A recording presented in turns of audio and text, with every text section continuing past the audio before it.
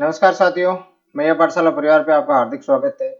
और आज का जो सेशन है वो उसमें अपन डिस्कस करेंगे पीएसआई भर्ती 2025 जो एसआई भर्ती जो है उस एसआई भर्ती का जो सिलेबस आज आरपीएससी के द्वारा जारी किए गए उसके ऊपर डिस्कस करेंगे कि क्या सिलेबस है और किस तरीके से अपन तैयारी करें ताकि अपन जो लक्ष्य रख रहे हैं उस लक्ष्य को हासिल कर सके, किस तरह से अपन अपनी मंजिल को पा सके, उसके लिए किस तरीके से इस सिलेबस को तैयार करना, इस पाठ्यक्रम को किस तरीके से अपने को तैयार करना, उसके बारे में डिस्कस करेंगे। क्या पाठ्यक्रम है उसके बारे में डिस्कस करेंगे। ज्यादा चेंजिंग उसमें पाठ्यक्रम में नहीं हुआ है, पिछली बार जो था उसी के अकॉर्डिंग पाठ्यक्रम है, ज्यादा परिवर्तन नहीं हुआ है। लेकिन एक बार पाठ्यक्रम भी जानते हो, किस तरीके से उसकी तैयारी करनी है अपने को वो भी जानना जरूरी है कि पाठ्यक्रम कैसा पाठ्यक्रम है और किस तरीके से उसकी तैयारी करें ताकि अपन जो उद्देश्य या लक्ष्य लेके चल रहे उस लक्ष्य को हासिल कर सके। कैसे तैयारी करें कि अपन को वो लक्ष्य हासिल हो सके। तो उसके लिए सबसे पहले अपन सिलेबस को जानते रहे, उसके साथ साथ में ये भी जानते हैं कि किस तरीके से लक्ष्य को हासिल किया जा सकता है।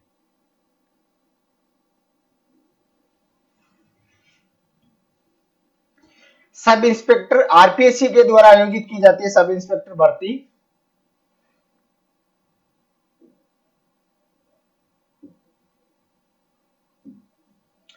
सब ऐसे पाठ्यक्रम एवं परीक्षा का योजना 2025 का कि किस तरह का पाठ्यक्रम है इसमें। ये अपना जो आज जो अभी जो अपन डिस्कस कर रहे हैं वो कौन सा है, अपना सेकंड पेपर जो है जिसमें सामान्य ज्ञान और सामान्य विज्ञान जीके एंड जीए से संबंधित जो है उससे संबंधित अपन इसमें डिस्कस करेंगे कि जीके का पेपर कैसा रहेगा।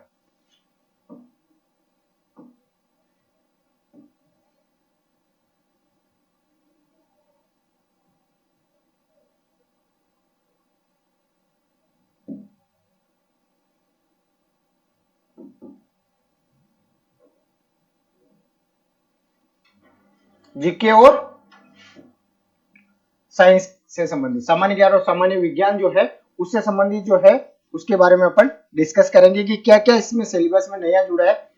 अधिकतम जो है वो 200 मार्क्स का पेपर होगा। तो कितने का होगा, 200 मार्क्स का पेपर होगा और उसमें 2 घंटे का टाइमिंग दिया जाएगा। कितने रहेगा, 2 घंटे का आपको टाइम दिया जाएगा, मींस की 120 मिनट, 120 मिनट दिया जाएगा। अब इसमें आपको टाइम मैनेजमेंट भी रखना कि किस तरीके से पेपर को सोल्व करें, क्योंकि आपको 120 मिनट में 100 क्वेश्चन करने। कितने करने, 100 क्वेश्चन आपको अटेम्प्ट करने हैं। टेस्ट सीरीज भी सब्जेक्ट वाइज अलग अलग टॉपिक वाइज भी रहेगी और आपकी कॉमन टेस्ट सीरीज भी आएगी, चिंता मत कीजिए, आपको सारी चीजें मिलेगी। ऑब्जेक्टिव टाइप रहेगा और उसमें आपको 100 क्वेश्चन रहेंगे जो 120 मिनट में आपको कंप्लीट करने। तो सबसे बड़ी जो चीज रहेगी वो रहेगी कि आपको टाइम मैनेजमेंट कैसे करना है, किस तरीके से विद इन 120 मिनट में आपको 100 क्वेश्चन करने। सभी क्वेश्चन जो है वो एक समान, मींस कि आपका 2 नंबर का पर क्वेश्चन है। कितने का है, 2 नंबर का पर क्वेश्चन आपका है। नेगेटिव मार्किंग रहेगी 1/3। कितनी रहेगी, 1/3 आपकी नेगेटिव मार्किंग रहेगी कि अगर आप एक गलत आंसर देते हो तो उसका 1/3 आपको मींस कि आपका पॉइंट लगभग अप्रोक्सीमेटली 66 या 67% जो है, 0.67 नंबर जो है आपका एक गलत क्वेश्चन करने पे आपके काटे जाएंगे। जो नंबर आप प्राप्त करोगे, जो अंक प्राप्त करोगे उसमें से काटे जाएंगे। इसलिए पेपर देते समय विशेष ध्यान रखना है कि आपको एक्यूरेसी के साथ में करना है कि उसमें कम से कम आपके रॉन्ग क्वेश्चंस हो, रॉन्ग आंसर कम से कम हो, ताकि आपको जो आपने अंक अर्जित किए हैं सही करने पे उनमें से ना कटे आपके। इसलिए कंपटीशन एग्जाम जहां पे भी नेगेटिव मार्किंग होती है वहां पे सबसे इंपॉर्टेंट चीज जो होती है वो होती है कि आपकी एक्यूरेसी कितनी है। तो हमेशा पहला पॉइंट जो ध्यान में रखना है वो ये रखना है कि आप पहले से माइंडसेट लेके मत चलिए कि कट ऑफ ऊपर जा सकती है, नीचे आ सकती है। आपका पहला उद्देश्य होना चाहिए कि अगर मैंने सही ढंग से और ईमानदारी से तैयारी की है तो आपके जो आपको आ रहे हैं वही प्रश्न अटेंड कीजिए। जिसका आंसर आपको नहीं आ रहा है या डाउटफुल है वहां पे आप गुड इवनिंग, वहां पे आप उस क्वेश्चन को स्किप कीजिए।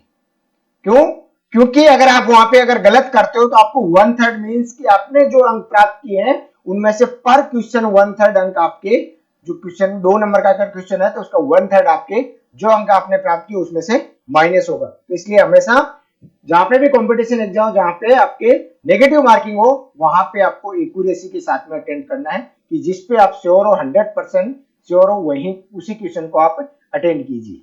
नेगेटिव क्वेश्चन ना के बराबर करने के लिए ट्राई कीजिए कि ना हो गलत, एक भी क्वेश्चन गलत ना हो।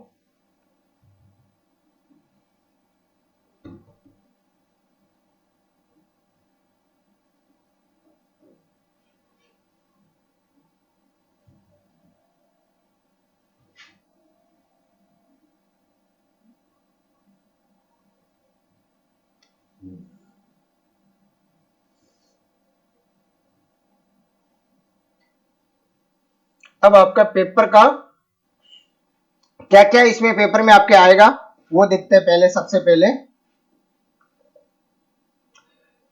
राजस्थान और भारत का इतिहास, राजस्थान और भारत का इतिहास। उसके बाद में विश्व और भारत का भूगोल, विश्व और भारत का भूगोल, भारतीय संविधान व राज्य व्यवस्था, आर्थिक अवधारणाएं व अर्थव्यवस्था, विज्ञान एवं प्रौद्योगिकी, साइंस एंड टेक्नोलॉजी, तार्किक विवेचन एवं मानसिक योग्यता, रीजनिंग और समसामयिकी या करंट जीके जो है उससे रिलेटेड आपको क्वेश्चंस आएंगे। अब इसमें अपन डिस्कस करते हैं टॉपिक वाइज, हर टॉपिक के अंदर कौन कौन से टॉपिक है। सबसे पहला आपका टॉपिक है कि राजस्थान का इतिहास व राजस्थान व भारत का इतिहास, कि राजस्थान का और भारत का जो इतिहास है उसके बारे में। अब इसके लिए आपको सिलेबस कहां से लेना है, कि कहां से मैं अगर तैयारी करूं ताकि आपको नंबर आ सके या अपन उसको अच्छे से अटेंड कर सके।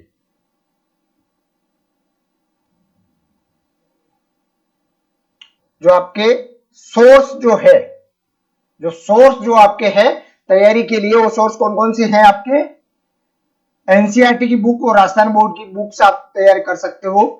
सरकारी प्रकाशन और वार्षिक रिपोर्ट जो गवर्नमेंट के द्वारा इश्यू की जाती है उनको आप काम में ले सकते हो। जय मां करने की। विश्वसनीय न्यूज रिपोर्ट और समसामयिक की पत्रिकाएं, राजस्थान सरकार और भारत सरकार की आधिकारिक वेबसाइटें, परीक्षा केंद्रित अध्ययन सामग्री जहां पे भी आपको ऑथेंटिक परीक्षा सामग्री जहां पे भी आपको मिलती है वो आप उसमें से स्टडी आप कर सकते हो।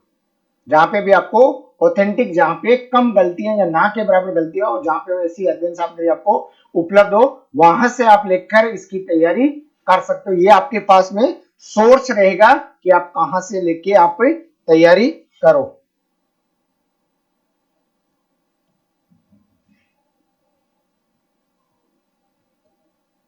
नेक्स्ट फिर अब है अपना राजस्थान का इतिहास, कला और संस्कृति। पहला टॉपिक जो है वो है राजस्थान का इतिहास, कला व संस्कृति।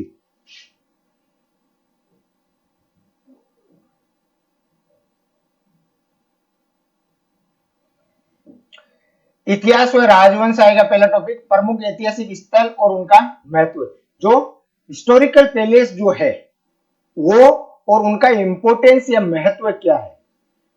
प्रमुख राजवंश है, उनका योगदान, जो प्रमुख राजवंश है उनके बारे में और उनका जो कंट्रीब्यूशन है उसके बारे में डिस्कस है, उससे संबंधित। और प्रशासनिक और राजस्व प्रणालियां जो है उन जो वो राजवंश है उनकी प्रशासनिक और राजस्व जो प्रणालियां या जो मेथड है उनके बारे में आपको इसके बारे में पूछा जाएगा। नेक्स्ट आपका स्वतंत्रता आंदोलन से संबंधित, राजनीतिक जागृति और संघर्ष और राजस्थान का एकीकरण जो है वो स्वतंत्र आंदोलन से संबंधित जो है वो इसके बारे में पूछा जाएगा। राजनीतिक जागृति और संघर्ष और राजस्थान का एकीकरण जो हुआ है उसके बारे में आपको डिस्कशन पूछा जाएगा इसमें। उसके बाद में आपका है वास्तुकला एवं वास्तुकला के अंतर्गत अपना क्या पूछा जाएगा? किले, महल और स्मारक जो है वो और प्रमुख वास्तुकला की जो विशेषताएं हैं उनके बारे में पूछा जाएगा। किससे संबंधित आएंगे? किले, महल और स्मारक, और उसके साथ साथ में प्रमुख वास्तुकला विशेषताएं और उनकी जो वास्तुकला है उनकी प्रमुख विशेषताएं। फिर उसके बाद में आपका कला और शिल्प, चित्रकला शैलियां और हस्तशिल्प परंपराएं जो है उससे संबंधित प्रश्न आपको इसमें पूछे जाएंगे। किससे संबंधित पूछे जाएंगे?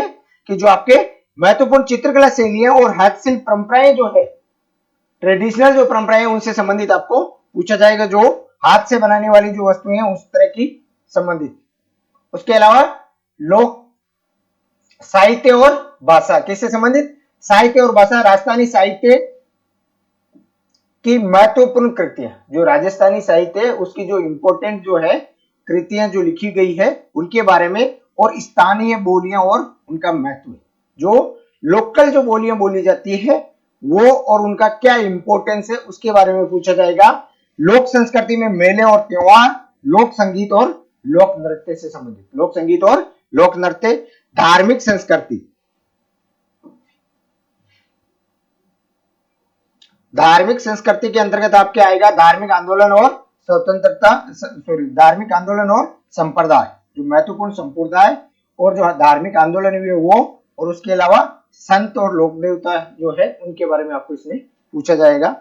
इसके बाद में महत्वपूर्ण पर्यटन स्थल और राजस्थान के प्रमुख व्यक्तित्व, कि जो आपके इंपोर्टेंट जो पर्यटन स्थल जो है उसके बारे में, और इसके साथ साथ में जो राजस्थान के प्रमुख व्यक्तित्व जो है, फेमस व्यक्ति जो है उनके बारे में इसमें पूछा जा सकता है, जो राजस्थान की कला संस्कृति और इतिहास से जुड़े हुए हैं। उसके बाद में भारतीय इतिहास, यह था राजस्थान का इतिहास। राजस्थान के इतिहास में आपको जो पूछा गया था वो किससे संबंधित पूछा जा रहा है?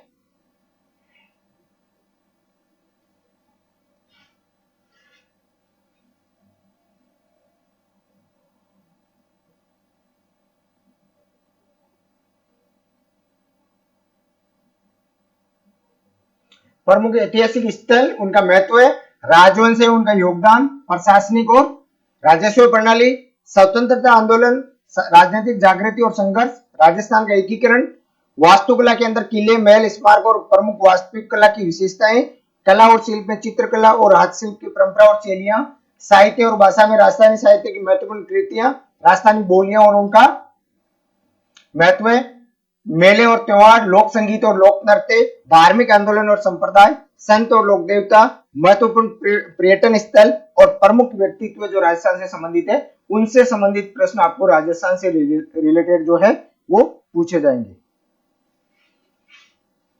नेक्स्ट आपका भारत का इतिहास, किसका? भारतीय इतिहास से जो भारत की हिस्ट्री, इंडियन हिस्ट्री जो है उससे संबंधित प्रश्न पूछे जाएंगे। उसमें कौन कौन से टॉपिक है आपका? पहली है प्रमुख विशेषताएं और स्थल, उसमें आपका सिंधु घाटी सभ्यता, वैदिक काल और महाजनपद काल, नालंदा तक्षशिला जैसे प्रमुख शैक्षणिक केंद्र, धार्मिक और व्यापारिक केंद्र जो है ये आपके स्थल से संबंधित जो है प्राचीन और मध्यकालीन भारत का इतिहास है। उसमें से कला संस्कृति और साहित्य में वास्तुकला, स्तूप, मंदिर और गुफाएं, मूर्तिकला, चित्रकला शैलियां, संस्कृत साहित्य, रामायण महाभारत से संबंधित, प्रमुख राजवंश में कौन कौन से आपके? मौर्य, गुप्त, चोल, चालुक्य, पल्लव और दिल्ली सल्तनत, मुगल साम्राज्य, प्रशासनिक व्यवस्थाएं और कर प्रणालियां, जो ये जो राजवंश है इनकी जो प्रमुख प्रशासनिक व्यवस्थाएं और कर प्रणालियां जो है उनसे संबंधित इसमें प्रश्न पूछे जाएंगे। सामाजिक आर्थिक परिदृश्य में जाति व्यवस्था, धार्मिक जीवन, कृषि, व्यापार और वाणिज्य, भक्ति और सूफी आंदोलन, किससे? प्राचीन और मध्यकालीन भारत से संबंधित। अब इसके बाद में आपका आता है आधुनिक काल, जो 18वीं शताब्दी के बाद में स्टार्ट हुआ, 18वीं शताब्दी से लेकर वर्तमान तक। इसमें आपका ब्रिटिश शासन का उदय और विस्तार, 1857 की का विद्रोह और इसके परिणाम, विभाजन और स्वतंत्रता 1947। प्रमुख व्यक्तित्व में क्या रहेगा? स्वतंत्र संग्राम के नेता और उनका योगदान, सामाजिक धार्मिक सुधार, राजनीतिक और सांस्कृतिक प्रभाव, इससे संबंधित प्रश्न आपको पूछे जाएंगे। स्वतंत्रता आंदोलन में असहयोग, सविनय अवज्ञा और भारत छोड़ो आंदोलन, क्रांतिकारी आंदोलन और सशस्त्र संघर्ष, आजाद हिंद फौज और नौसेना का जो विद्रोह है उससे संबंधित।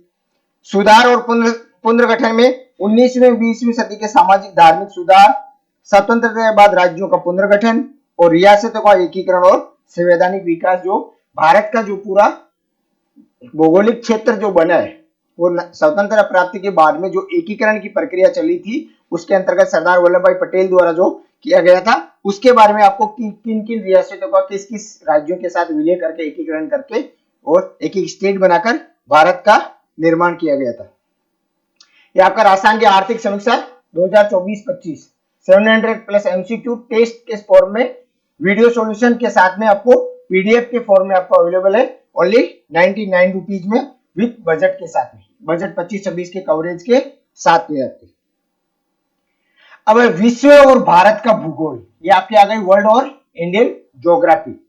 वर्ल्ड और इंडियन ज्योग्राफी में पहले आपका आएगा विश्व भूगोल में क्या क्या आएगा, व्यापक भौतिक विशेषताएं, महाद्वीप, महासागर और पर्वतमालाएं, पर्यावरणीय पारिस्थितिकी मुद्दे, जलवायु परिवर्तन और ग्लोबल वार्मिंग, वन्य जीवन और जैव विविधता, संरक्षित क्षेत्र और लुप्त प्राय प्रजातियां, अंतर्राष्ट्रीय जलमार्ग, जो प्रमुख अंतर्राष्ट्रीय जलमार्ग है उसमें प्रमुख नहरें और समुद्री मार्ग जो है इंपोर्टेंट, उससे संबंधित प्रमुख औद्योगिक क्षेत्र, विकसित और विकासशील देशों में जो प्रमुख औद्योगिक क्षेत्र है उनसे संबंधित, वैश्विक जलवायु क्षेत्र, उष्ण कटिबंधीय शीतोष्ण ध्रुवीय क्षेत्र, मरुस्थलीय और अर्धमरुस्थलीय क्षेत्र और प्रमुख वायुमंडलीय परिसंचरण पैटर्न जो है उससे संबंधित प्रश्न आपको पूछे जाएंगे इसमें। अब उसके बाद में भारत का भौतिक विभाजन, हिमालय पर्वत श्रृंखला, उत्तरी मैदान, प्रायद्वीपीय पठार, तटीय मैदान, द्वीप समूह, पश्चिमी और पूर्वी घाट, कृषि और संसाधन में कृषि और कृषि आधारित गतिविधियां, एग्रीकल्चर और एग्रीकल्चर से संबंधित जो एक्टिविटी जो है वो उसमें, उसके अलावा खनिज, लोहा, मैग्नीज, कोयला, तेल, गैस, परमाणु खनिज जो इंपोर्टेंट आपके खनिज है उनसे संबंधित, और प्राकृतिक संसाधन वन, जल, मिट्टी और जैव विविधता जो है उससे संबंधित आपको इसमें प्रश्न पूछे जाएंगे। औद्योगिक और परिवहन, इंडस्ट्री और ट्रांसपोर्टेशन से संबंधित आपका रहेगा प्रमुख उद्योग और औद्योगिक विकास क्षेत्र की इंपोर्टेंट आपके जो इंडस्ट्री जो है वो कौन कौन सी है, और उससे संबंधित जो है आपके औद्योगिक विकास का क्षेत्र जो डेवलप्ड इंडस्ट्रियल एरिया है उससे, और इंपोर्टेंट जो इंडस्ट्री जो है उसके बारे में। इसके अलावा ट्रांसपोर्ट से संबंधित आपका प्रमुख परिवहन गलियारे और राष्ट्रीय राजमार्ग जो आपके अभी चल रहे हैं, national highway, green corridor, industrial corridor, उससे संबंधित जो है वो रेल, जल और वायु परिवहन का जो नेटवर्क पूरा है उस नेटवर्क के संबंधित। इसके अलावा पर्यावरण के मुद्दे में पर्यावरणीय समस्याएं, वायु जल प्रदूषण, वनों की कटाई, पारिस्थितिकी मुद्दे, वन्य जीव संरक्षण, जलवायु परिवर्तन का प्रभाव जो है उससे संबंधित आपको प्रश्न इसमें पूछे जाएंगे। नेक्स्ट फिर आपका राजस्थान का भूगोल, किसका, पहले अपन ने विश्व और भारत का भूगोल देखा, अगला टॉपिक जो आपका रहेगा वो रहेगा राजस्थान का भूगोल, कि जो राजस्थान की ज्योग्राफी है उसमें से किस तरह से प्रश्न पूछे, कौन कौन से टॉपिक्स आपके आएंगे। अब इसका सबसे बड़ी चीज आपके रहेगी कि ये सिलेबस या टॉपिक जो है उसका आपको कहां से मिलेगा पढ़ने के लिए मटेरियल। पढ़ने के लिए आपको मटेरियल जो है वो एनसीईआरटी की बुक्स है, इसके अलावा आप गवर्नमेंट जो डिपार्टमेंटल जो वेबसाइट्स है उसमें से आप पढ़ सकते हो। इसके अलावा जहां पे ऑथेंटिक आपको सामग्री, पाठ्य सामग्री मिले वहां से आप इसको पढ़ सकते हो। जो एज पर सिलेबस और एनसीईआरटी और राजस्थान बोर्ड का जो है जहां पे उसका पाठ्यक्रम दिया उसे से मिलता जुलता है या उसके हूबहू जहां पे आपको पाठ्यक्रम मिले वहां से आप इसको तैयार कर सकते हो। मैया पाठशाला से भी आप इसको ले सकते हो पाठ्यक्रम को। अब है राजस्थान का भूगोल, भौतिक विशेषताएं और विभाजन। पश्चिमी मरुस्थलीय क्षेत्र, अरावली पर्वतमाला, क्योंकि राजस्थान का जो क्षेत्रफल, राजस्थान की जो ज्योग्राफी है वो भी विविधताओं से भरी हुई, कहीं पे पठार है, कहीं पे मरुस्थल है, कहीं पे समतल मैदान है, तो कहीं पे पहाड़ी क्षेत्र भी है। तो पहला आपका पश्चिमी मरुस्थलीय क्षेत्र, अरावली पर्वतमाला, पूर्वी मैदान और पठारी क्षेत्र और हाड़ौती का पठार, इससे संबंधित। फिर प्राकृतिक संसाधन, जल संसाधन और नदी प्रणालियां, भूमि संसाधनों उपयोग, वन और वन्य संपदा, जलवायु एवं जैव विविधता, शुष्क और अर्धशुष्क जलवायु क्षेत्र, प्रमुख वन प्रकार और वनस्पति, वन्य जीव और जैव विविधता क्षेत्र, राष्ट्रीय उद्यान और अभ्यारण्य जो है राजस्थान से संबंधित, उनसे संबंधित प्रश्न आपको पूछे जाएंगे। फिर आपकी इंपोर्टेंट जो प्रमुख सिंचाई परियोजनाएं है, जो इंपोर्टेंट सिंचाई परियोजनाएं जो है उनसे संबंधित या उनसे जुड़े हुए प्रश्न आपको इसमें पूछे जाएंगे। इंदिरा गांधी नहर परियोजना जो राजस्थान की सबसे बड़ी नहर परियोजना है और पश्चिमी राजस्थान की जीवन रेखा जिसको बोलते हैं। इसके अलावा चंबल परियोजना, महाई बजा सागर परियोजना और बिशलपुर परियोजना, ये चार आपके प्रमुख जो परियोजनाएं है, सिंचाई परियोजनाएं, उससे संबंधित प्रश्न आपको इसमें पूछ सकते हैं। फिर उसके बाद में खाने और खनिज, धात्विक खनिज में लोहा, तांबा, जस्ता, सीसा, अधात्विक खनिज में संगमरमर और ग्रेनाइट, ऊर्जा खनिज में पेट्रोलियम, प्राकृतिक गैस और लिग्नाइट, रत्न और कीमती पत्थर में हीरे पन्ना, और प्रमुख खनन क्षेत्र और उत्पादन जो कितना होता है उससे संबंधित आपको प्रश्न इसमें पूछे जा सकते हैं। जनसंख्या, पॉपुलेशन से संबंधित जनांकीय संरचना और विशेषताएं, जनसंख्या वितरण और घनत्व, जनजातियां और विशेष समूह, शहरीकरण और प्रवास प्रवृत्तियां और से संबंधित आपको इसमें पूछे जा सकते हैं। उसके बाद में आपका है उद्योग और विकास। प्रमुख उद्योग वस्त्र, सीमेंट, तेल शोधन, हस्तशिल्प और कुटीर उद्योग, खनन व खनिज आधारित उद्योग, औद्योगिक नीतियां और प्रोत्साहन, विशेष आर्थिक और औद्योगिक गलियारे।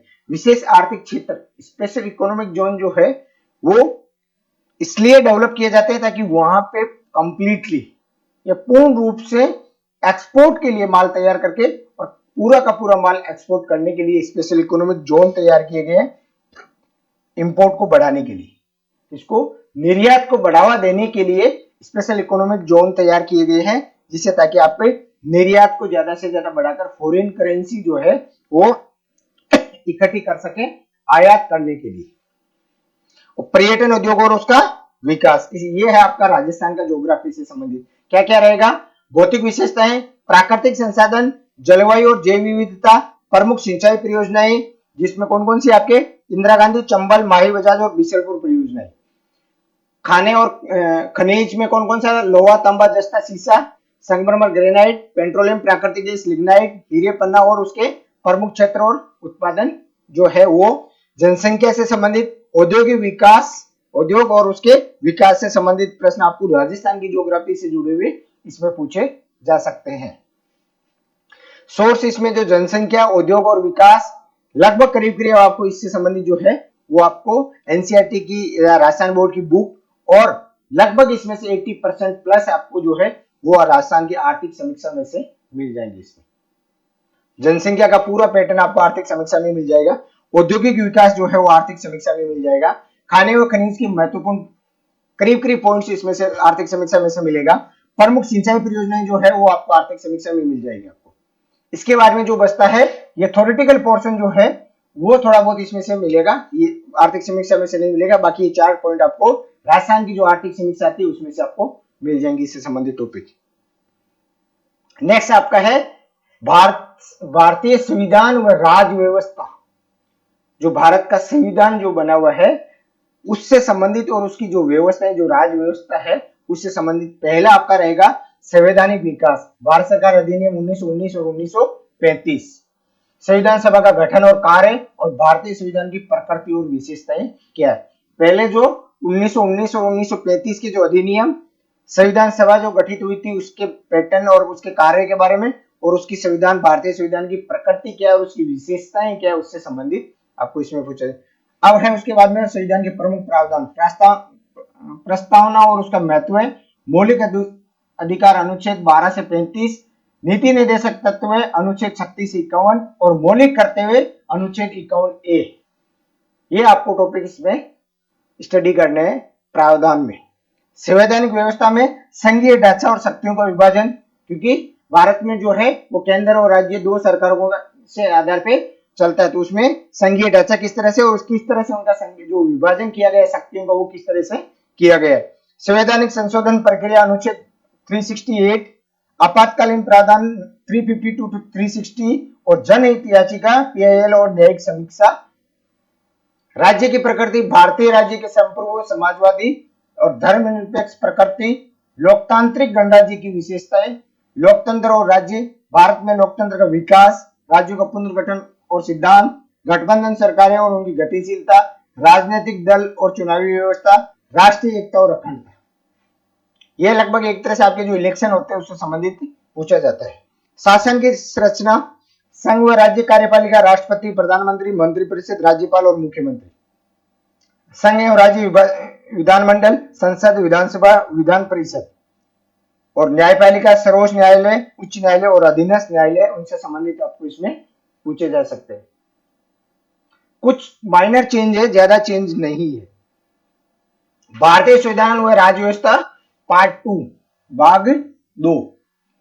प्रमुख संस्थाएं, राष्ट्रपति, शक्तियां, कार्य, चुनाव प्रक्रिया, संसद के बारे में लोकसभा, राज्यसभा और विधायी प्रक्रिया, सर्वोच्च न्यायालय, संरचना और अधिकारिता, चुनाव आयोग, निर्वाचन प्रक्रिया और उसकी शक्तियां क्या है। ये आपकी प्रमुख संस्थाएं 1। 2 में आपके नियंत्रक एवं लेखा परीक्षक केग, योजना आयोग, राष्ट्रीय विकास परिषद और केंद्रीय सतर्कता आयोग, सेंट्रल विजिलेंस कमीशन। प्रमुख संस्थाएं और कौन सी है? केंद्रीय सूचना आयोग, आरटीआई अधिनियम, लोकपाल संरचना कार्य और महत्व, और राष्ट्रीय मानवाधिकार आयोग, नेशनल ह्यूमन रिसोर्स जो कमीशन जो है वो।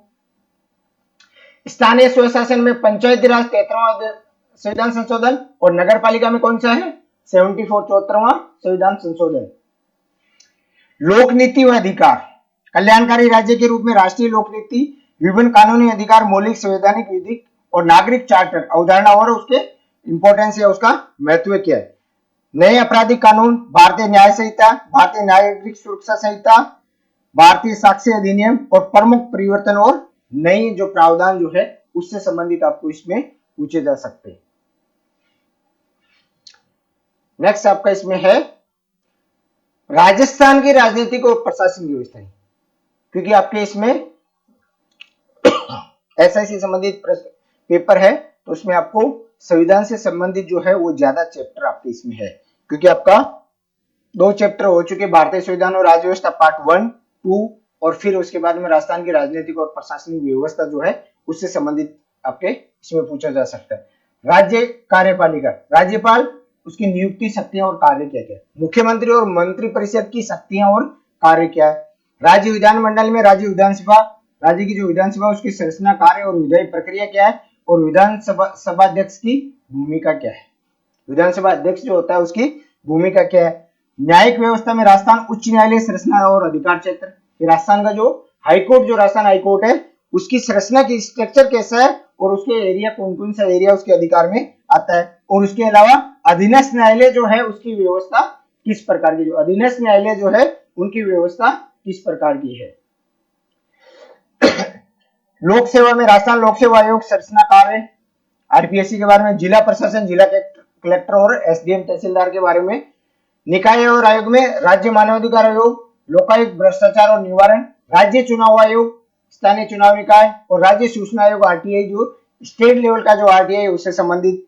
लोक नीति और अधिकार में राजस्थान की लोक नीति और कल्याणकारी कार्यक्रम, कानूनी अधिकार और नागरिक चार्टर, महिला और बाल सुरक्षा, महिलाओं के खिलाफ अपराध, पोस्को घरेलू हिंसा अधिनियम, बाल अधिकार और सुरक्षा कानून, राजस्थान में महिला सशक्तिकरण कार्यक्रम जो है उससे संबंधित। स्थानीय स्वशासन में पंचायती राज व्यवस्था और नगरीय स्थानीय चुनाव जो निकाय जो है उससे संबंधित आपको इसमें प्रश्न पूछे जा सकते हैं। नेक्स्ट आपका आर्थिक अवधारणाएं एवं भारतीय अर्थव्यवस्था, इकोनॉमिक का ये आपका चैप्टर जो है, जो इकोनॉमिक कॉन्सेप्ट जो है और इंडियन इकोनॉमी जो है उससे संबंधित आपको इसमें प्रश्न आएंगे। पहला पॉइंट जो है आपका बुनियादी आर्थिक अवधारणा, जो बेसिक इकोनॉमिक कॉन्सेप्ट जो है उससे संबंधित, जिसमें बजट, संरचना, प्रकार और महत्व, कि बजट किस तरह से बनाया जाता है, उसका क्या स्ट्रक्चर रहेगा और क्या उसका इंपॉर्टेंस है कि क्यों बजट तैयार किया जाता है। हर साल स्टेट गवर्नमेंट हो चाहे सेंट्रल गवर्नमेंट हो बजट प्रस्तुत करती है, लेकिन वो बजट क्यों प्रस्तुत करती है, क्या कारण है, क्यों प्रस्तुत किया जाता है, क्या इंपॉर्टेंस है उसका। उसके बाद में बैंकिंग स्ट्रक्चर, संस्थाएं और भूमिका उसकी, जो बैंकिंग प्रणाली जो है उसके बारे में पूरा पूछा जाएगा कि कौन कौन से बैंक्स है, उसमें स्पेशली आरबीआई के बारे में, वो जो इंपोर्टेड बैंक्स है और उसकी करंट की क्या स्ट्रेटजी है उससे संबंधित भी उसमें पूछा जा सकता है।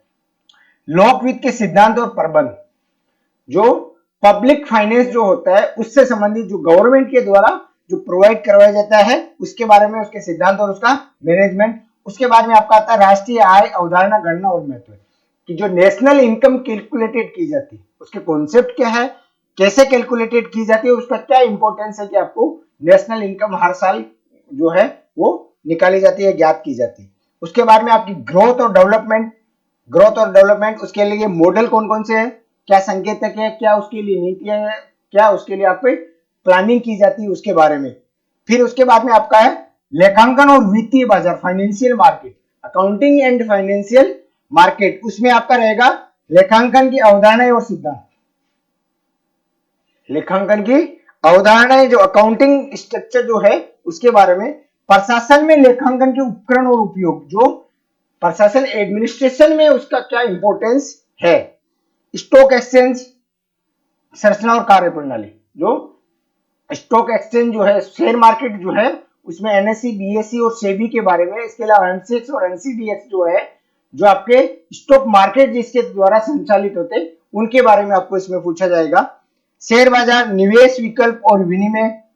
शेयर बाजार के अंतर्गत कौन कौन से आपके इन्वेस्टमेंट के ऑप्शंस है, आपको किस किस में आप इन्वेस्टमेंट कर सकते हो। उसमें प्राइमरी मार्केट है, सेकेंडरी मार्केट है। सेकेंडरी मार्केट या सॉरी प्राइमरी मार्केट के अंतर्गत आपको मल्टीपल ऑप्शंस रहेगा कि आप बॉन्ड्स में इन्वेस्ट कर सकते हो, शेयर्स में इन्वेस्ट कर सकते हो, डिवेंचर्स में इन्वेस्टमेंट कर सकते हो, गवर्नमेंट सिक्योरिटीज में इन्वेस्टमेंट कर सकते हो, शॉर्ट टर्म के लिए आप टी बिल में इन्वेस्टमेंट कर सकते हो, या सीपी, या आप उसमें सर्टिफिकेट डिपॉजिट सर्टिफिकेट में आप कर सकते हो, सीडी और सीपी में आप इन्वेस्टमेंट कर सकते हो। तो वो कौन कौन से विकल्प है और उसके अलावा उसको एक्सचेंज के क्या मोड है उसके बारे में आप इसमें पूरा उसमें उससे संबंधित आपको पूछा जाएगा। आर्थिक नीतियां, उसमें राजकोषीय नीति, उद्देश्य, उपकरण और प्रभाव। जो फिस्कल पॉलिसी, राजकोषीय नीति मींस की गवर्नमेंट के द्वारा मार्केट के अंतर्गत अपना जो है वो ढांचा मजबूत करने, अपना कंट्रोल फिक्स करने के लिए जो नीति या प्लानिंग की जाती है, जो पॉलिसी बनाई जाती है, उसको राजकोषीय नीति या फिस्कल पॉलिसी बोलते हैं। उसका क्या उद्देश्य है, उसके कौन कौन से उपकरण है जिससे आप उसमें फिस्कल पॉलिसी बनाकर उसको मार्केट में अपने आप का कंट्रोल रखते हो, और उसका क्या इंपैक्ट पड़ेगा मार्केट में, उसके बारे में। नेक्स्ट आपका रहेगा मौद्रिक नीति, मापदंड, नियंत्रण तंत्र और आरबीआई की भूमिका। फिस्कल पॉलिसी जो है राजकोषीय पॉलिसी, वो आपके गवर्नमेंट के द्वारा डिसाइड की जाती है और गवर्नमेंट के द्वारा मॉनिटर की जाती है।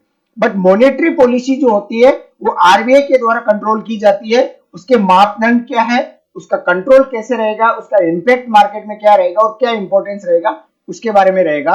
इसके अलावा सब्सिडी, प्रकार, वितरण तंत्र और अर्थव्यवस्था पर प्रभाव। सरकार के द्वारा अलग अलग कॉन्सेप्ट के तहत अलग अलग तरीके से सब्सिडी दी जाती है। इंडस्ट्रियल सब्सिडी दी जाती है, इंडिविजुअल सब्सिडी दी जाती है, सामाजिक सुरक्षा के नाम पे या लोगों को आर्थिक क्षेत्र में थोड़ा सा आगे बढ़ाने के नाम पे भी गवर्नमेंट के द्वारा सब्सिडी दी जाती है।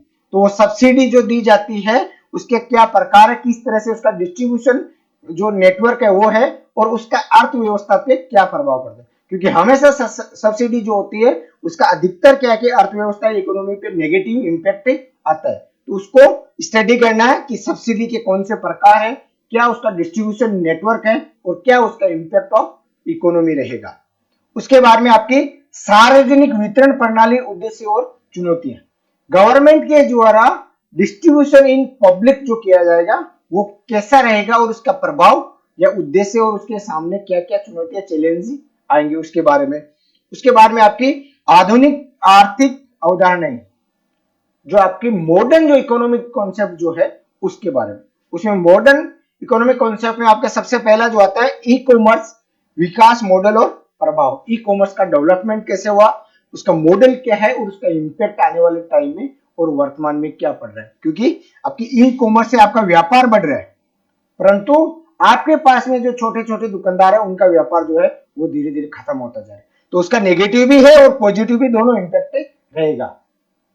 मुद्रास्फीति, अवधारणा और प्रकार। इन्फ्लेशन की कौन कौन सी अवधारणा, किस तरह के इन्फ्लेशन है और उसका क्या प्रभाव पड़ता है। क्योंकि मुद्रास्फीति का हमेशा नेगेटिव नहीं रहता है, कभी कभी उसका पॉजिटिव इंपैक्ट भी आता है। कि जब अगर शुरुआती तौर पे आपके अगर मुद्रास्फीति बढ़ रही है तो उससे आपके विकास भी होगा, क्योंकि आपको जैसे जैसे डिमांड बढ़ेगी वैसे वैसे प्रोडक्शन बढ़ाने के लिए आपको इंडस्ट्री डेवलपमेंट करना होगा, जिससे आपकी इंडस्ट्री की और रोजगार दोनों बढ़ेंगे। लेकिन अगर वो धीरे धीरे ज्यादा बढ़ती जा रही है तो फिर उसका नेगेटिव इंपैक्ट भी आएगा, नकारात्मक प्रभाव भी आएंगे। मुद्रास्फीति के आर्थिक और सामाजिक प्रभाव क्या पड़ते हैं।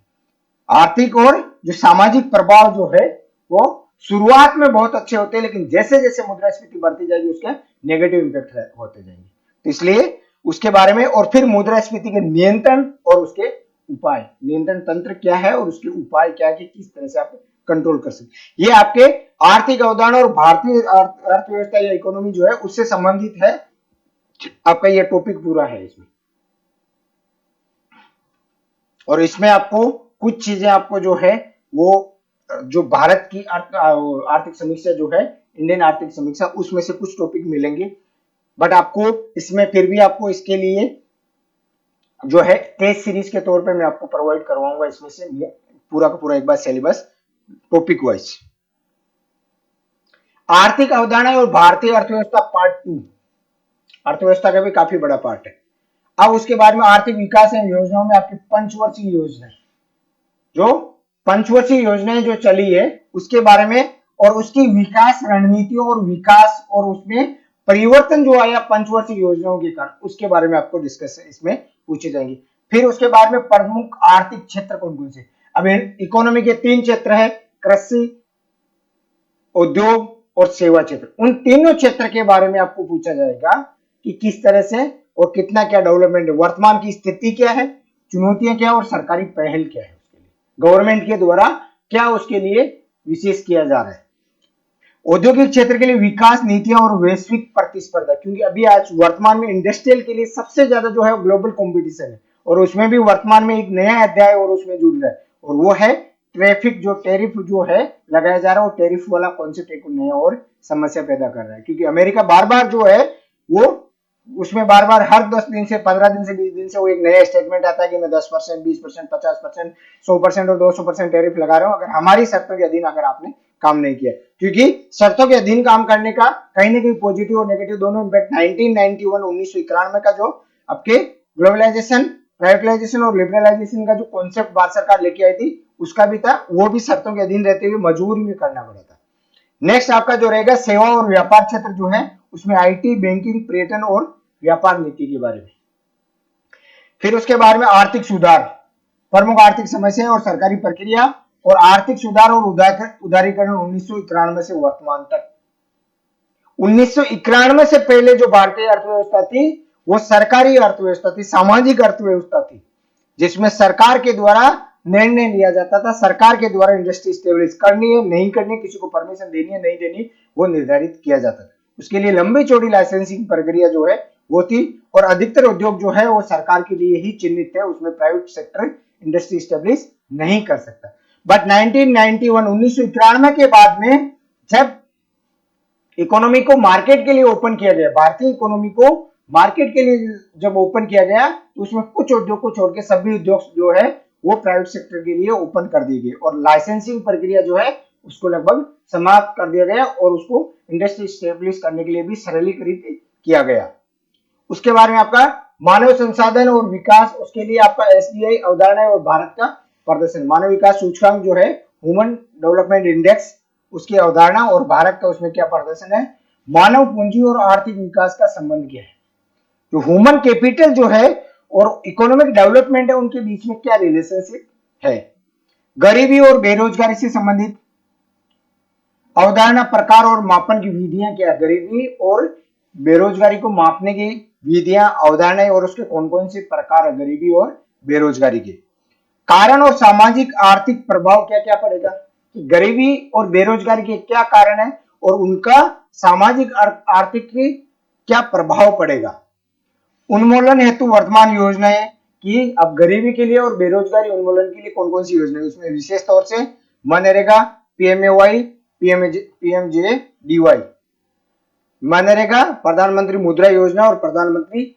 जनधन योजना, उसके बारे में आपको इसमें पूछ सकते हैं। सामाजिक न्याय और अधिकारिता, कमजोर वर्ग है तो कानूनी प्रावधान, एससी एसटी ओबीसी, आरक्षण नीति और सामाजिक समता के प्रयास, महिला और अल्पसंख्यकों के लिए विशेष कार्यक्रम। ये आपका दो टॉपिक जो है, दो पार्ट 1 और पार्ट 2 भारतीय अर्थव्यवस्था से संबंधित। नेक्स्ट आपकी है राजस्थान की अर्थव्यवस्था, जिसमें आपका आर्थिक समीक्षा में से एक भी क्वेश्चन बाहर नहीं जाएगा।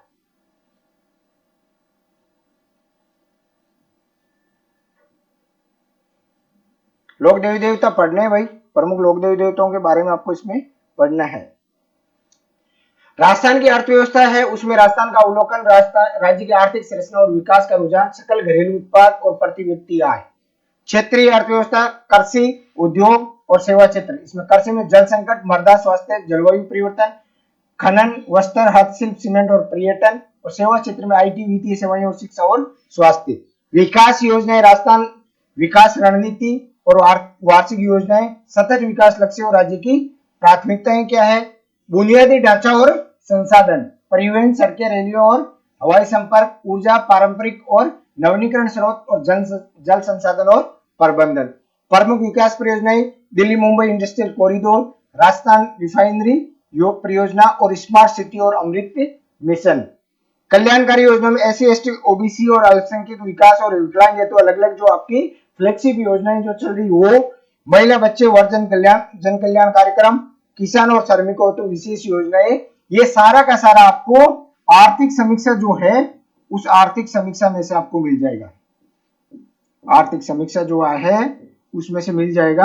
अभी इसमें पेपर की डेट डिक्लेयर होने के बाद में पता चलेगा कि आपकी 24-25 की होगी या 25-26 की होगी। बाकी इसमें से आर्थिक समीक्षा में से एक भी प्रश्न आपका बाहर नहीं जाएगा। राजस्थान की अर्थव्यवस्था में विज्ञान एवं प्रौद्योगिकी, साइंस और जो टेक्नोलॉजी जो है उससे संबंधित आपका रहेगा। रोजमर्रा का विज्ञान, भौतिक और रासायनिक बदलाव, ऊर्जा के रूप और परिवर्तन, दैनिक जीवन में वैज्ञानिक सिद्धांत जो है उसके बारे में। इलेक्ट्रॉनिक और सूचना प्रौद्योगिकी में कंप्यूटर हार्डवेयर और सॉफ्टवेयर, नेटवर्किंग और इंटरनेट प्रौद्योगिकी, डिजिटल भारत और ई गवर्नेंस है उससे संबंधित। फिर उसके बाद में स्पेस टेक्नोलॉजी, उपग्रह प्रणाली और अनुप्रयोग, इसरो के प्रमुख मिशन, अंतरिक्ष अनुसंधान में भारतीय योगदान, रक्षा प्रौद्योगिकी, मिसाइल और रक्षा प्रणालियां और डीआरडीओ के प्रमुख प्रोजेक्ट कौन कौन से डिफेंस से संबंधित जो है वो। नैनो टेक्नोलॉजी में नैनो विज्ञान के मूल सिद्धांत, अनुप्रयोग और भविष्य की संभावनाएं, क्या क्या पॉसिबिलिटियां है। स्वास्थ्य और पोषण में मानव शरीर की प्रणालियां, पोषण और आहार विज्ञान, आधुनिक चिकित्सा पद्धतियां। पर्यावरण और पारिस्थितिकी, जलवायु परिवर्तन और वैश्विक ताप, पारिस्थितिकी तंत्र और संरक्षण, हरित प्रौद्योगिकी और सतत विकास, जैव प्रौद्योगिकी, जैव विविधता और संरक्षण, आनुवंशिक इंजीनियरिंग, स्टेम सेल अनुसंधान और जीन थेरेपी। कृषि प्रौद्योगिकी में कृषि, बागवानी और वानिकी, पशुपालन और डेयरी विकास विज्ञान, राजस्थान की कृषि प्रौद्योगिकी अनुप्रयोग और राजस्थान में विज्ञान विकास अनुसंधान संस्थान एवं केंद्र, प्रमुख वैज्ञानिक पहल और योगदान। इसके बाद में आपके रीजनिंग से संबंधित प्रश्न, किससे संबंधित? रीजनिंग जो है वो तार्किक विवेचन और मानसिक योग्यता से संबंधित, निगमनात्मक, आज्ञानात्मक और अप्रवर्तनात्मक तर्क, कथन, मान्यताएं, कथन, तर्क, कथन, निष्कर्ष, कार्रवाई के तरीके और उनका विश्लेषण, विश्लेषणात्मक तर्क और समस्या समाधान, तार्किक विवेचन। फिर मानसिक योग्यता में संख्या श्रृंखला और अक्षर श्रृंखला, असंगत का चयन, odd one out, coding decoding, संबंधों से संबंधित समस्याएं और आकृतियां और उनके उपखंड। बुनियादी संख्यात्मक ज्ञान में संख्या प्रणाली और उसके घटक, परिणाम का कर्क, ऑर्डर ऑफ मैग्नीट्यूड, अनुपात समानुपात, प्रतिशत और इसके अनुप्रयोग, साधारण और चक्रवर्ती ब्याज।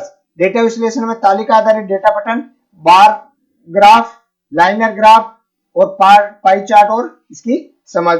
और परीक्षा युक्तियों में तार्किक समस्याओं के समाधान की रणनीति और संख्यात्मक प्रश्नों के लिए शॉर्टकट तकनीकी आपको उसमें अप्लाई करनी है।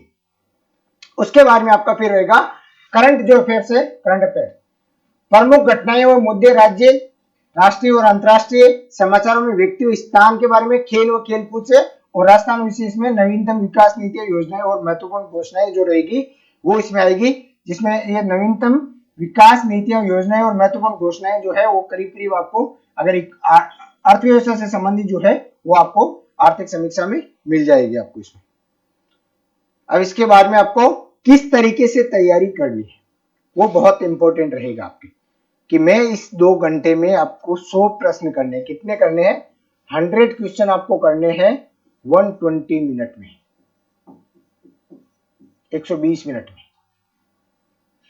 अब उसको तैयार करने के लिए सबसे पहले आपको जो रहेगा वो रहेगा टाइम मैनेजमेंट। क्या रखना है? Time management.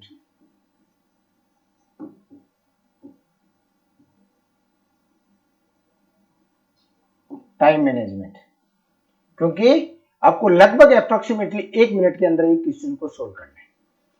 तो उसके लिए प्राथमिकता ये रहेगी कि विशेष तौर से जो अगर आपका क्वेश्चन बड़ा है और इसके अलावा इकोनॉमी और जो रीजनिंग से संबंधित प्रश्न उनमें टाइम कंज्यूमिंग होते हैं, उसके लिए आपको रहेगा कि आप डेली प्रैक्टिस रखिए। क्या करना है आपको? डेली प्रैक्टिस रखनी है। डेली प्रैक्टिस होनी चाहिए कि किस तरीके से आप उसमें स्पीड बना सके, आसानी से सोल्व कर सके उसके लिए। और डेली प्रैक्टिस के लिए आपको जरूरी है कि मॉक टेस्ट देवे आप, और जो प्रश्न आपको डिफिकल्ट लगते हैं उनको बार बार सोल्व करने की कोशिश करें ताकि आप उसमें पारंगत हो सके। अभ्यास जितना करोगे उतना अच्छा रहेगा, क्योंकि आपका मैथ के क्वेश्चंस और इसके अलावा रीजनिंग के क्वेश्चन जो होते हैं उसमें आपका कोई भी मेथड काम में नहीं आएगा जब तक आपकी प्रैक्टिस नहीं है। उसके लिए आपके जितने प्रयास किए जाएंगे, जितनी प्रैक्टिस की जाती है, जितना अभ्यास किया जाएगा उतना आपको उसमें फायदा रहेगा। उसके लिए और समय मैनेजमेंट, जो टाइम मैनेजमेंट जो है एग्जाम में, वो जरूरी है कि किस सब्जेक्ट को कितना समय देना, और फिर अतिरिक्त समय सब्जेक्ट को जब अगर आपके पास में बच रहा है तो उसमें दीजिए आप। लेकिन पहले आप पे एक समय निर्धारित कीजिए कि कितने टॉपिक है और उसमें से पर टॉपिक में कितना समय उसको दूं, ताकि क्वेश्चन है वो आप पे आते हुए भी अनअटेम्प्ट ना छोड़ के आओ इसके लिए। और उसके लिए आपके पास में फिर समस्या आती है कि मैं कहां से पढ़ाई करूं, कहां से मेरे को टॉपिक मिलेगा। तो उसके लिए आपको जरूरी है, तो वो आपको जो है वो आपको मिलेगा मैया पाठशाला पे। आपको अगर यूट्यूब टेलीग्राम चैनल अगर आप ज्वाइन कर रहे हो तो आपको डेली नोट्स, पीडीएफ और अपडेटेड न्यूज जो है वो आपको मिलती रहेगी। इसके अलावा आपको राजस्थान पुलिस का पीएसआई बेस जो है वो दोनों पेपर के लिए, प्रथम और द्वितीय, जो पहला प्रश्न पत्र हिंदी का है उसका, और द्वितीय प्रश्न पत्र जो जीके और जीएस का है उसके लाइव क्लासरूम से आपको इसमें पढ़ाया जाएगा मात्र 3,999 रुपए में मैया पाठशाला पे। दूसरा आपके लिए, इसके लिए अगर कोई अलग से करना चाह रहा है, हिंदी के लिए अगर कोई तैयारी करना चाह रहा है, हिंदी की व्याकरण माला आपको यहाँ पे मिल जाएगी ज्ञान विज्ञान के प्रकाशन की। और पीएसआई की केवल फर्स्ट पेपर हिंदी के लिए अगर कोई तैयारी करना चाह रहा है कि मेरे को जीएस की तैयारी ना करके केवल हिंदी की तैयारी के लिए मेरे को पाठ्यक्रम लेना हो, तो आप मैया पाठशाला का केवल हिंदी फर्स्ट पेपर का पाठ्यक्रम है वो आप ले सकते हो 1900 रुपए में। इसके अलावा आपके लिए मैया पाठशाला पीएसआई हिंदी पेपर के लिए online offline mock test exam भी आपके लिए आयोजित करवाए जा रहे हैं। जो एज पर आरपीएससी का जो पैटर्न है, जो आरपीएससी परीक्षा पैटर्न है उसके सेम, उसके जैसा का जैसा, इसमें टोटल 20 टॉपिक आपको 20 टेस्ट करवाए जाएंगे, जिसमें 14 टॉपिक वाइज टेस्ट रहेंगे और 6 रहेंगे फुल लेंथ टेस्ट रहेंगे। 100 प्रश्न रहेंगे इसमें और टोटल 20 टेस्ट रहेंगे, जिसमें से 14 टॉपिक वाइज और 6 जो है फुल लेंथ रहेंगे, ताकि आपकी तैयारी जो है वो और अच्छे से हो सके और उसका मूल्यांकन आप कर सके। टेस्ट का उसका पीडीएफ और लाइव वीडियो सॉल्यूशन आपको करवाया जाएगा और केवल 1499 रुपए में आप रजिस्ट्रेशन करवा सकते हो। और इसके लिए जो हेल्पलाइन नंबर है आप उस पर संपर्क करके आप करवा सकते हो। और इसके जो एग्जाम सेंटर जो रहेगा आपके ऑफलाइन टेस्ट का, जयपुर, अजमेर, जोधपुर, कोटा, सूरतगढ़, भीलवाड़ा और उदयपुर। और अगर आपको मैया पाठशाला का दोनों पेपर या केवल हिंदी के पेपर के लिए या जीके के पेपर के लिए अगर आप ऑफलाइन अगर क्लासेस लेना चाह रहे हैं तो जयपुर में आप ऑफलाइन क्लासेस भी ले सकते हैं, जहाँ पे अपना ऑफलाइन बैच चलता है। हेल्पलाइन नंबर पे संपर्क करके आप इसकी डिटेल ले सकते हैं। ये था अपना पीएसआई का सिलेबस। टॉपिक आपको कौन कौन से हैं वो बताएगा। इसके साथ साथ में आपको कहाँ से मटेरियल मिलेगा, आप एनसीईआरटी की और राजस्थान बोर्ड की बुक्स और गवर्नमेंट की जो वेबसाइट जो है, न्यूज़पेपर्स में जो डेली न्यूज आती है वहां से आप उसका टॉपिक ले सकते हो, स्टडी मटेरियल ले सकते हो। इसके साथ साथ में आपको मैया पाठशाला से भी आपको जो स्टडी मटेरियल चाहिए वो आपको मिल सकेगा, आप यहाँ से भी आप जुड़ सकते हो। थैंक यू, शुभ रात्रि।